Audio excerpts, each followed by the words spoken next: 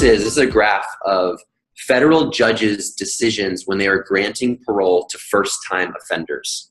So there was people who had done some sort of crime and they were up for parole. They went in front of a federal judge, and this is a bunch of federal judges in Israel, and they pleaded their case, and the judge decided whether or not to grant parole. So on the y-axis, we have percentage of favorable decisions. This is basically, did the judge say yes? Did they grant parole? And then on the x-axis is the course of the day, so just over time.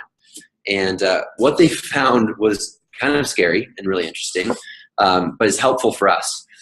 So at the beginning of the day, if an inmate went in for parole and requested parole, they were granted parole. The judge said yes between 65 and 70% of the time.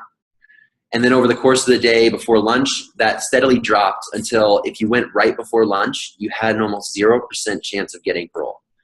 And now, it's kind of, when you think about it, people talk about being hangry, hungry and angry, but the data actually shows this too, that people are more irritable when their blood sugar is low, and they're less likely to give you a positive response. And then we see that with the data, where right after the judge took a break around lunchtime and he came back, the parole rates, granting parole, jumped back up to 65 or 70%, and then declined again until morning coffee, and then it jumped again after that break.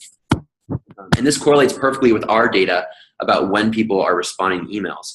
So, you'd say, well, that's federal judges and that's over there, but this was completely randomized. And so when we think about when you're asking someone to give you a sales demo or give you an opportunity to sell your product or buy your product, or you're pitching your company, you should send it at times when they're most likely to say yes, which is first thing in the morning and then around lunchtime, because they'll end up having higher blood sugar. They're going to be more likely to say yes to whatever you're asking.